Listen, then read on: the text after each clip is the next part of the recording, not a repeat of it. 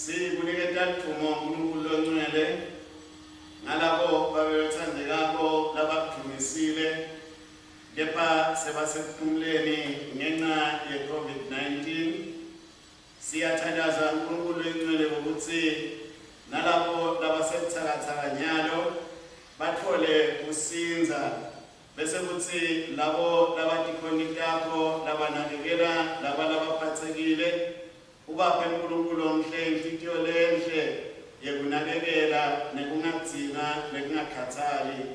Busisa-ke uNkulunkulu omuhle wakhe labo lasebalimele ngenxa yokulahlekelwa dihlobo, bese babelothandekako uyasigcina sonke sivikelekile emandleni esitha latibonakalisa nge-COVID-19.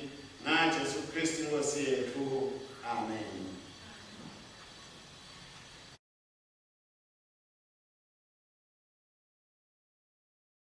Greetings, saints, in the name of Jesus. Today is the 5th Sunday in Lent. We are grateful to God for such a Sunday, and let us pray. God of suffering and glory, in Jesus Christ you reveal the way of life. Inscribe your law in our hearts, that we may not stray from you, but remain in your faithful people. Through Jesus Christ our Lord, who lives and reigns with you in the Holy Spirit, one God, now and forever. Amen. We shall listen to the first lesson. Please sit while we listen to the sermon that has been prepared for the day. It's headed Christ, the signature of our covenant. Last week we spoke about lifting Christ up in this Lent so that the worlds may see him and he may bring healing to the world, just as Moses lifted up the serpent in the desert. Today we continue to lift and elevate Christ as he now brings to clarity what he meant by being lifted up. As we lift him up, we realize that he becomes the signature of the new covenant that humankind has with God Almighty. In our first reading today, we hear God saying, he will make a new covenant where his word shall be in our hearts and written on our hearts. In the whole of history, there is one person whom we know who spoke and lived the word, and that is Christ. Many a time when faced with a situation, he would quote from the old Hebrew writings in their various forms. He elevated the word of God, and such that when John wrote the gospel about Christ, he equated the word of God to Christ, who was there from the beginning, and through him all things were made. He was the Word, form God, yet he was God.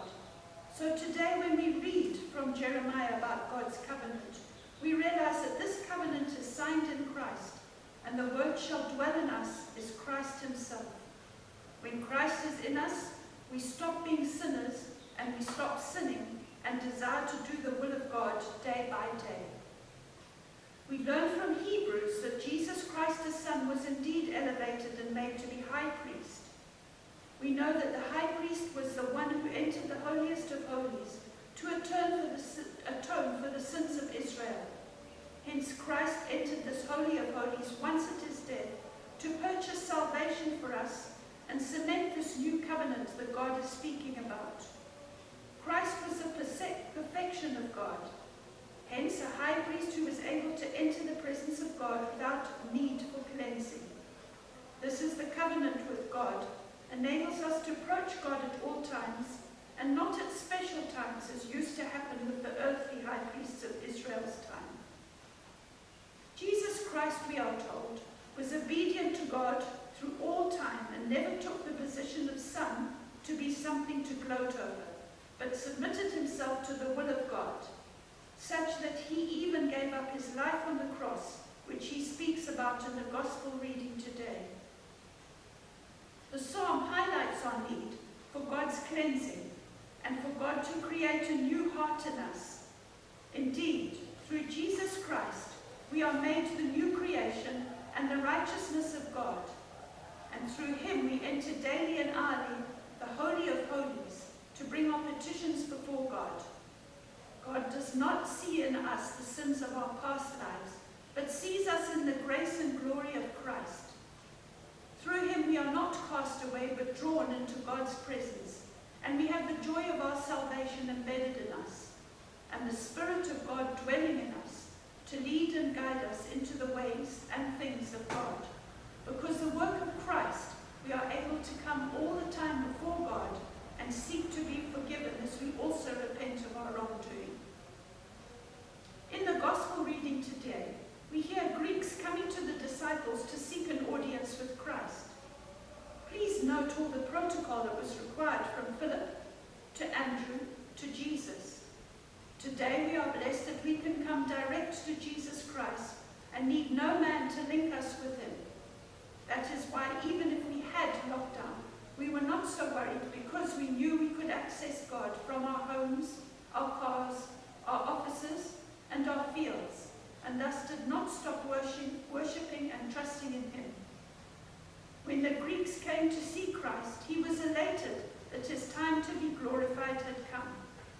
He had a different, or almost twisted sense of humor, because for him to be glorified meant to die on the cross and be hung up on the cross, naked for all people to see. A very shameful death at that time. The voice of God thundered to make all around him aware that indeed he had the go-ahead from the heavens for all that he was about to do. Almost in the same way, the Holy Spirit was heard descending from the heavens when he was baptized. Yes, indeed, the word tells us that God has taken the lowly things of this world to shame the world. So it was bound to happen that God would take the shameful death on the cross to become the signature for his promised new covenant that he had promised during the time of Jeremiah.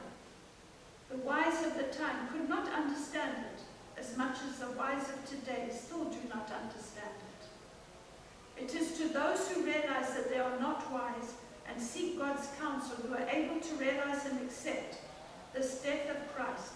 So they are moved into the new covenant that God promised to us. People failed to accept the impending death of Jesus Christ, yet it was needed for us as human beings to be saved. So today we may also find ourselves in that situation, whereby we are too wise to receive from God of the new covenant made in Christ, and we think we can earn salvation of our own doing and works. May God help us to elevate Christ and receive him as the signature of our new covenant with God as we move towards celebrating his death and resurrection, which for us is the cornerstone of our faith and the hope for the future. For he who is faithful will never let us down. Enjoy the last Sunday of Lent, as we shall be having Passion or Palm Sunday next week and move into Holy Week. Amen. We use Form D of the prayers today. Please sit or kneel. Lord God, our Heavenly Father, we praise you and our loving Redeemer, who gained for us this season of grace, and ask of you to create a new spirit in us. As we continue to celebrate this time of Lent, make it a time when we truly seek your face and desire to serve you in truth and in faith. Christ, our life through baptism, we were buried with you and rose to life with you. May we walk today in newness of life. Lord, you have brought blessings to all mankind. Bring us to share your concern for the good of all. May we work together to build up the earthly city, yet with our eyes fixed on the city that lasts forever. Healer of body and soul, cure the sickness of our spirit, so that we may grow in holiness through your constant care. During this time when many people are negatively affected by COVID-19, we pray for those oppressed by depression, illness, and infirmity. We ask that you grant us a working and dedicated healthcare system, and may the health services and carers truly put their patients' welfare before the cost. We also pray for all who care for sick and for all who support them. May they be aware that the Lord is with them in their work. Let your healing powers be upon your people as you cure them, even from these illnesses, said to be incurable. For by the stripes of Jesus Christ we were healed. Lord, in your mercy, uncertainty in the world, we pray for all young people. May this be a time of inspiration and strength to renew their faith and vocations and relationships.